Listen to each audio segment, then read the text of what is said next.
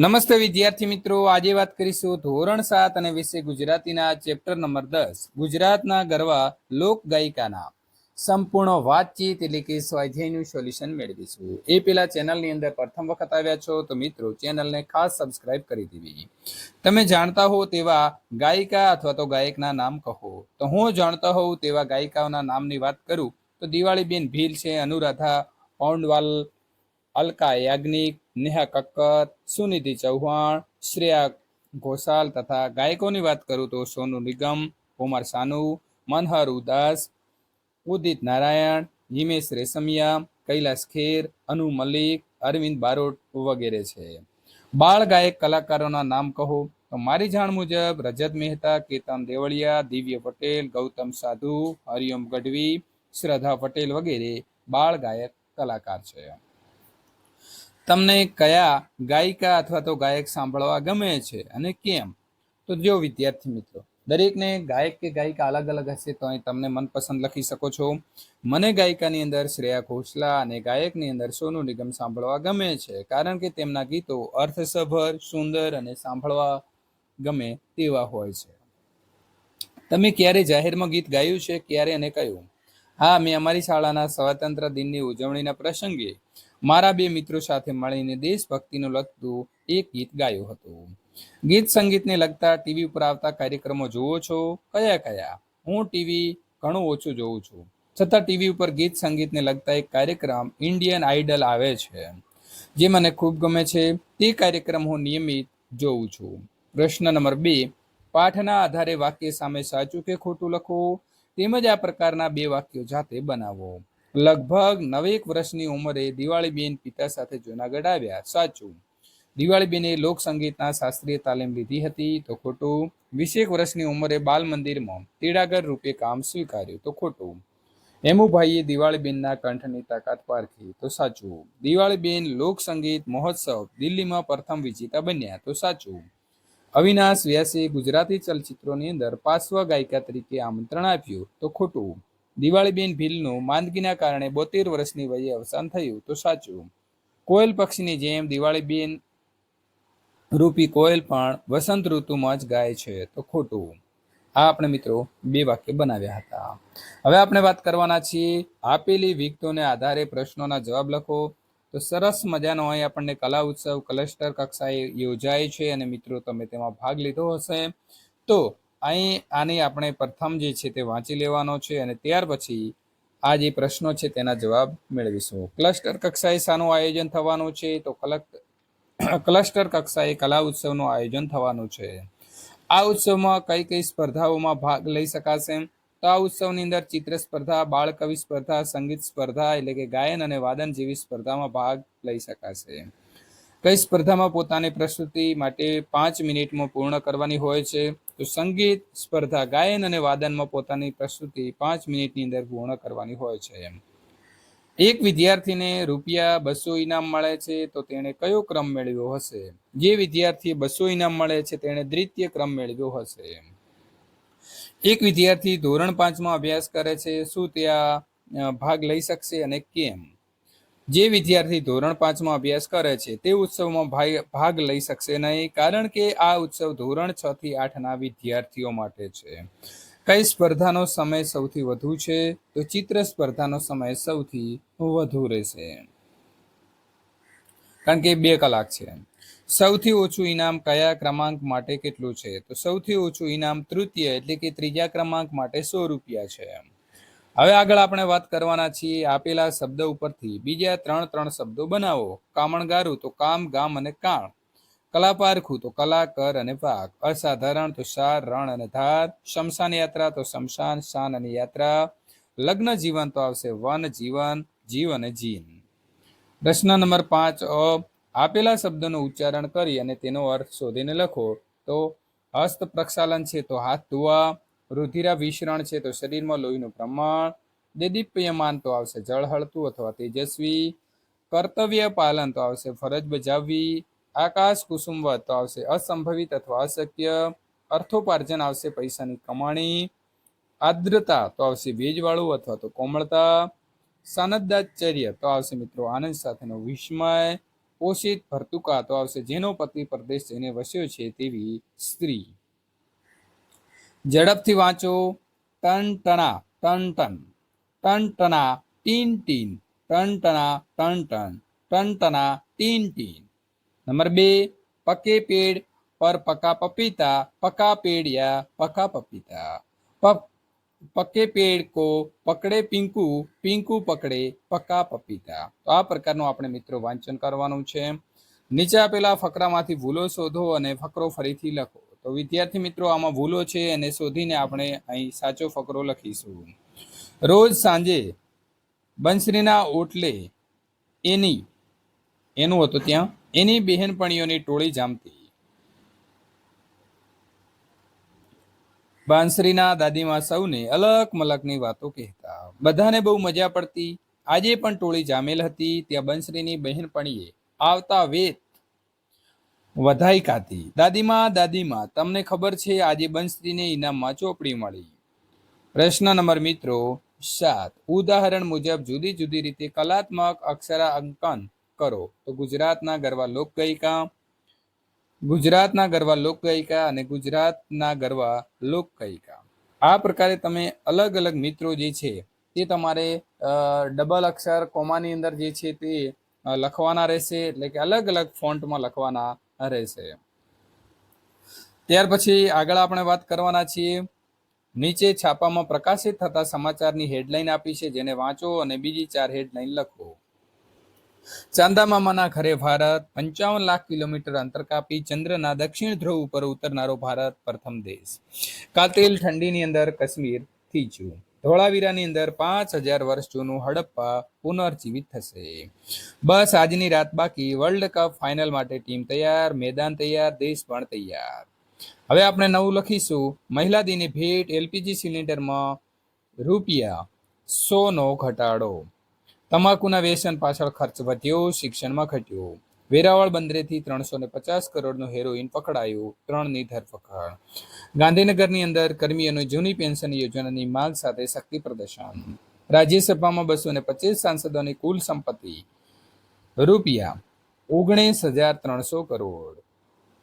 આપેલા વાક્ય જે છે તેને વાંચો અને સમજો. પાર્થે સુંદર ગીત ગાયું. તો પાર્થે ગીત સુંદર ગાયું. એણે મજબૂત ઘર બનાવ્યું. એણે ઘર મજબૂત બનાવ્યું. વિનોદે સરસ વાર્તા લખી. વિનોદે વાર્તા સરસ લખી. તે સરસ વાક્ય બોલ્યો. તે વાક્ય સરસ બોલ્યો. ઉપરની પ્રવૃત્તિ એટલે કે પ્રશ્ન નંબર 9માં લખેલા વાક્યના ઉદાહરણ મુજબ તમારે સમજાવવાના છે. તો મિત્રો સમજૂતી મેળવીશું. પાર્થે સુંદર ગીત ગાયું. આ વાક્યમાં ગીત સુંદર હોવાની વાત છે. સુંદર એ ગીતને વિશેષણ છે. પાર્થે ગીત સુંદર ગાયું. આ વાક્યમાં પાર્થની ગાવાની પદ્ધતિ સુંદર હોવાની વાત છે. કેવું ગાયું? તો સુંદર ગાયું. આ સુંદર ગાવાની ક્રિયાનું ક્રિયા વિશેષણ છે. એટલે કે બીજા વાક્યમાં આવેલા ક્રિયાના વિશેષણ શોધી કાઢો અને ક્રિયા વિશેષણ વિશે તમારી સમજ અહીં તમારે લખવાની છે. એણે મજબૂત ઘર બનાવ્યું. આ વાક્યમાં ઘર મજબૂત હોવાની વાત છે. મજબૂત એ ઘરની વિશેષણ છે. એણે ઘર મજબૂત બનાવ્યું. આ વાક્યમાં ઘર કેવું બાંધ્યું? તો મજબૂત. આમ મજબૂત એ બનાવ્યું ક્રિયાનું ક્રિયા વિશેષણ છે. વિનોદે સરસ વાર્તા લખી. આ વાક્યમાં વાર્તા સરસ હોવાની વાત છે. સરસ એ વાર્તાનું વિશેષણ છે. એણે સરસ વાર્તા લખી. આ વાક્યમાં કેવી રીતે લખી? તો સરસ. આમ સરસ એ ક્રિયાનું ક્રિયા વિશેષણ છે. તે સરસ વાક્ય બોલ્યો. આમાં વાક્ય સરસ હોવાની વાત છે. તેથી સરસ એ વાર્તાનું વિશેષણ છે. તે સરસ બોલ્યો. આ વાક્યની અંદર કેવું બોલ્યો? તો સરસ. આમ સરસ એ બોલ્યો ક્રિયાનું ક્રિયા વિશેષણ છે. હવે આપણે વાક્યની વાત કરીએ તો મીના એકી ટસે જોઈ રહી. મોહનને જલેબી બહુ ભાવે છે. તો આપેલા વાક્યની અંદર એકી ટસે અને બહુ એ ક્રિયાના વિશેષણો છે, જે અનુક્રમે જોઈ રહી અને ભાવે છે ક્રિયાપદના અર્થમાં વધારો કરે છે. આમ ક્રિયાપદના અર્થમાં વધારો લાવનાર પદને ક્રિયા વિશેષણ કહે છે. અહીં આપેલા વાક્યની અંદર ક્રિયા વિશેષણ શોધી તે ક્રિયા વિશેષણના આધારે બીજા વાક્ય બનાવવું. મેના ખૂબ ધીમેથી બોલે છે. તો ખૂબ ધીમેથી. કૃષ્ણએ ઝડપી ચાલવા માંડ્યું. તો ઝડપથી. આજે પણ એનું ઘણું મોડું થયું. તો ઘણું. શું થાય છે તે જોવા એણે નજર ઝીણી કરી. તો ઝીણી. મારો ઘોડો ધમધમ ચાલે છે. તો ધમધમ. તોફાની આખલો પણ ત્યાં ધીમો પડ્યો. તો ધીમો. હવે આપણે નવા વાક્ય બનાવીશું. તે ખૂબ ધીમેથી પસાર થયો તો ધીમેથી. રવિએ ખૂબ ઝડપથી ખાધું તો આવશે ખૂબ ઝડપથી. દરિયા કિનારે એ ઘણું રખડ્યો તો ઘણું. ખોળામાં પાણી પીવા એણે ધાર ઝીણી કરી તો ઝીણી. મુનિ ઘરમાં ધમધમ ચાલે છે તો ધમધમ. ખૂબ થાક લાગતા તે ઝાડ પાસે ધીમો પડ્યો તો ધીમો. ખાલી જગ્યા પૂરો. પવન ખાલી જગ્યા વાતો હતો. વર્ગના બીજા મિત્રો સાથે તમારા ઉત્તર સરખાવો. શક્ય છે કે તમારો અને તમારા મિત્રોનો ઉત્તર જુદો જુદો હોય. આ વિવિધ ઉત્તરો સાચા હોઈ શકે છે. આ ખાલી જગ્યાની અંદર તમારે શું લખવાનું છે? ધીમે ધીમે, સુસવાટાથી, ઝડપથી, મંદ મંદ અને કેટલાક ક્રિયા વિશેષણો મૂકી શકાય છે.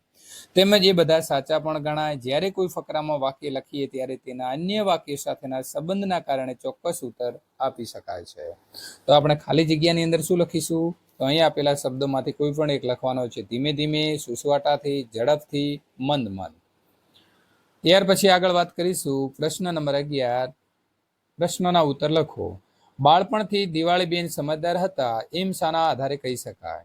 તો દિવાળીબેનના બાળ લગ્ન થયા અને 2 જ દિવસમાં એમણે સાસરેથી તેડાવી લેવામાં આવ્યા. તેઓ નાની ઉંમરમાં જ સમજતા હતા કે લુગડાને થીગડું દઈ શકાય, પણ પેટને કંઈ થોડું ઓછું થીગડું દેવાય છે. તેમના પિતાની આર્થિક સ્થિતિ સારી ન હતી. પોતે પરિવારને ભારરૂપ ન બને તેની કાળજી રાખીને તે કુટુંબને મદદરૂપ થવા બાલ મંદિરની અંદર તેડાગત રૂપે 20 વર્ષની ઉંમરમાં એક હોસ્પિટલમાં નોકરી અને તે ઉપરાંત રસોઈ બનાવવાનું કામ સ્વીકાર્યું. આ પરથી કહી શકાય કે દિવાળીબેનની ઉંમર કાચી હતી પણ સમજણ ઘણી પાકી હતી. દિવાળીબેન લોકગાયિકા બન્યા એમાં તેમની માતાનું શું યોગદાન હતું? તો દિવાળીબેનના માતા મોગીબેન ગૃહિણી હતા. હરતા ફરતા દળતા તેઓ ગીતો ગાતા અને નાનકડી દિવાળી ધ્યાનથી ઝીલ્યા કરે. મને આવું ગાતા ક્યારે આવડશે એવી ધગશ સાથે દિવાળીબેન પણ કામણગારા કંઠથી ગાતા રહેતા. દિવાળીબેનનો અવાજ ગુજરાતના ઘેર ઘેર સી રીતે ગુંજતો થયો? તો હેમુભાઈ ગઢવી આકાશવાણી માટે સૌરાષ્ટ્રના ગામડે ગામડે જઈને રાસ ગરબા, લોકગીતો વગેરેનું ધ્વનિ મુદ્રણ કરતા હતા. તે અને તેમના મિત્રો અથાક રજળપાટના અંતે જૂનાગઢ પહોંચ્યા. મોડી રાતે તેમના કાને દિવાળીબેનનો મધુર અવાજ પડ્યો. તેમણે જોયું તો એક 17 વર્ષની કન્યાનો કંઠ ગગનના ગોખે ચડીને રેલાઈ રહ્યો હતો. દિવાળીબેન 2 દિવસમાં હિંમતભેર સ્વર પરીક્ષા આપવા આકાશવાણી પહોંચ્યા. કોઈ પણ પ્રકારની તાલીમ વિના નૈસર્ગિક પ્રતિભાને બળે ફૂલ ઉતર્યા ફૂલવાડીએ રેલો ગાયું, જે તેમનું રેડિયો રેકોર્ડિંગ માટેનું પ્રથમ લોકગીત બન્યું. તેમને આ કાર્યક્રમ માટે જ એ જમાનાની અંદર 25 રૂપિયાનો પુરસ્કાર પણ મળેલો. આ સુખદ ઘટના પછી દિવાળીબેનનો અવાજ ગુજરાતના ઘેર ઘેર ગુંજતો થયો. દિવાળીબેનને કોણે કોણે સી રીતે મદદ કરી? તો દિવાળીબેનને હેમુભાઈ ગઢવી, રતુભાઈ અદાણી અને કલ્યાણજીભાઈએ મદદ કરી. હેમુભાઈ ગઢવી દિવાળીબેનને રાજકોટ આકાશવાણી લઈ ગયા. ત્યાં તેમણે નૈસર્ગિક પ્રતિભાના બળે ફૂલ ઉતર્યા ફૂલવાડીએ રેલોલ ગાયું. એ પછી તેમનો અવાજ ગુજરાતના ઘેર ઘેર ગુંજતો થયો. સમાજ સેવક રતુભાઈ અદાણીએ લોક સંગીત મહોત્સવ દિલ્હી જવા માટે દિવાળીબેનને પ્રેરણા આપી. સંગીતકાર કલ્યાણજીભાઈએ દિવાળીબેનને સાંભળીને ઉગમથી 111 રૂપિયા આપીને નવાજ્યા અને ગુજરાતી ચલચિત્રોની અંદર પાર્શ્વ ગાયિકા તરીકે પણ એમને આમંત્રણ આપ્યું. દિવાળીબેન શ્રેષ્ઠ ગાયિકા હતા આવું કેવી રીતે કહી શકાય? તો દિવાળીબેનના બુલંદ અને મધુર સ્વરે ગવાયેલા ગીતોને હજારો માણસોની મેદની સ્તબ્ધ થઈને સાંભળતી હતી. દિવાળીબેને વિવિધ પ્રકારના માન સન્માન મેળવીને આકાશ આંબ્યું, પણ તેમણે પગ સદાય ધરતી ઉપર રાખ્યા. તેઓ સાદગી અને વિવેકના જીવંત મૂર્તિ બની રહ્યા. તેઓને સેંકડો ગીતો કંઠસ્થ હતા. તેમણે ઉંમરના થાબે થયા સિવાય ગીતો ભજનોની મીઠાશ અકબંધ જાળવી રાખી. તેનું ગળું સદાય બિનહરીફ રહ્યું. કોઈ પણ વ્યક્તિ દિવાળીબેનની ગાયિકાની સંપૂર્ણ નકલ કરી શક્યું નથી. આથી કહી શકાય કે દિવાળીબેન શ્રેષ્ઠ ગાયિકા હતા. પાઠના આધારે હું દિવાળીબેન વિષય ઉપર 8-10 વાક્ય લખું. હું દિવાળીબેન છું. મારો જન્મ 2 જૂન 1943ના રોજ અમરેલી જિલ્લાના ધારી તાલુકાના દલખાણીયા ગામે થયો હતો. મારી મૂળ અટક લાઠિયા હતી. મારા પિતા પુંજાભાઈને રેલવેમાં નોકરી મળવાથી અમે જૂનાગઢ મુકામે આવ્યા. ત્યારે મારી ઉંમર 9 વર્ષની હતી. મારા માતા મોગીબેન જે ગૃહિણી હતા, જે હરતા ફરતા દળતા ગીતો ગાતા અને હું ત્યાંથી તે ઝીલીને કંઠે ગાતી. મારા લગ્ન થયા. કંઈક વાંધો પડતા મારા પિતાએ 2 દિવસમાં મને સાસરેથી પાછી તેડાવી. ત્યાં મેં 2 દિવસનું લગ્ન જીવન ગાળ્યું. પિતાની સ્થિતિ સારી નહોતી, તેથી કુટુંબને મદદરૂપ થવા મેં બાળ મંદિરમાં તેડાગર રૂપે, હોસ્પિટલની અંદર તેમજ રસોઈ બનાવવાનું કામ કર્યું. હેમુભાઈ ગઢવી મને આકાશવાણી લઈ ગયા. ત્યાં મેં મારું પહેલું લોકગીત રજૂ કર્યું અને મારો અવાજ ગુજરાતના ઘેર ઘેર પહોંચ્યો. સમાજ સેવક રતુભાઈ અદાણી, સંગીતકાર કલ્યાણજીભાઈ, અવિનાશ વ્યાસ, નારાયણ સ્વામી, કાનદાસ બાપુથી લઈને ઘણા ગીતકારોએ મને પ્રેરણા, પ્રોત્સાહન અને પુરસ્કાર આપ્યા અને અપાવ્યા. મેં દેશ વિદેશમાં પ્રવાસો કર્યા. મને અનેક સન્માન પુરસ્કાર મળ્યા. ભારત સરકારશ્રીના પદ્મશ્રી એવોર્ડથી વિભૂષિત થઈ આમ મારું જીવન જે છે તે ધન્ય થઈ ગયું. હવે આપણે વાત કરીશું ગુજરાતના કોઈ પણ 2 ગાયકો વિશે આપણે માહિતી મેળવો અને લખો. તો પેલું છે હેમંત ચૌહાણ. ગુજરાતી ભજનીક અને લોક ગાયક હેમંત ચૌહાણનો જન્મ ઈસવીસન 1955માં ગુજરાતના રાજકોટ જિલ્લામાં કુદણી ગામમાં થયો હતો. તેમનો વિશેષ પ્રદાન ભજન ક્ષેત્રે છે અને તેમણે ગુજરાતી ભજન સંતવાણીના અનેક આલ્બમોની અંદર પોતાનો સ્વર આપ્યો છે. એક યશસ્વી ગાયક તરીકે હાર્મોનિયમ, સિતાર તેમજ એકતારો, તાનપુરો પણ વગાડી જાણે છે. હિન્દી ભજનના પણ કેટલાક આલ્બમો તેમણે બહાર પાડ્યા છે. તેમણે ગુજરાત સરકારના ગૌરવ પુરસ્કાર તેમજ અકાદમી રત્ન પુરસ્કાર પ્રાપ્ત થયો છે. આ ઉપરાંત તેમણે યુએસએ, યુકે, જાપાન, ફ્રાન્સ જેવા દેશોની અંદર કાર્યક્રમ આપીને આપણી સંસ્કૃતિ અને સંસ્કારનો બહોળો ફેલાવો કર્યો છે. બીજા છે આપણા શ્રેષ્ઠ ગાયક છે અવિનાશ વ્યાસ. ભારતીય સંગીત નિર્દેશક, ગીતકારની ગુજરાતી સિનેમાના ગાયક અવિનાશ વ્યાસનો જન્મ 21 જુલાઈ 1912ના રોજ ગુજરાતમાં થયો હતો. તેમની કારકિર્દી શરૂઆતમાં HMV સાથે યંગ ઇન્ડિયા હેઠળ થઈ હતી. ત્યાં તેમની પ્રથમ ગ્રામોફોન રેકોર્ડ ઈસવીસન 1940માં બહાર પડી હતી. તેમણે 190 હિન્દી અને ગુજરાતી ચલચિત્રો માટે 1200 ગીતોનું સંગીતબદ્ધ કર્યા હતા. તેમણે સંગીત આપેલા કુલ ગીતોની સંખ્યા 10,000 જેટલી થાય છે. તેમણે ભારતના મોટા ભાગના સંગીતકારો સાથે કામ કર્યું હતું. સુગમ સંગીત ઉપરાંત તેમણે ગુજરાતી ચલચિત્રોની અંદર પણ સંગીત આપ્યું છે. કનૈયાલાલ મુનશીએ ભારતીય વિદ્યા ભવનના સંગીત વિભાગના વડા તરીકે નિયુક્તિ કર્યા હતા. ગુજરાત રાજ્ય સંગીત નૃત્ય અકાદમીએ તેમને ગૌરવ પુરસ્કાર એનાયત કર્યો હતો. તેમની કેટલીક યાદગાર રચનાઓના સંગીતનો સંગ્રહ અવિનાશ વ્યાસ 4 મ્યુઝિકલ જર્ની તરીકે બહાર પડ્યો છે. તેમનું અવસાન 20 ઓગસ્ટ 1984ના રોજ થયું હતું. વિદ્યાર્થી મિત્રો, પ્રથમ આપણા સત્રના તમામ પાઠો પૂર્ણ થાય છે. દ્વિતીય સત્રના પાઠો મેળવવા માટે અહીં આપેલી એન્ડ સ્ક્રીન ઉપર ક્લિક કરીને મેળવી શકશો.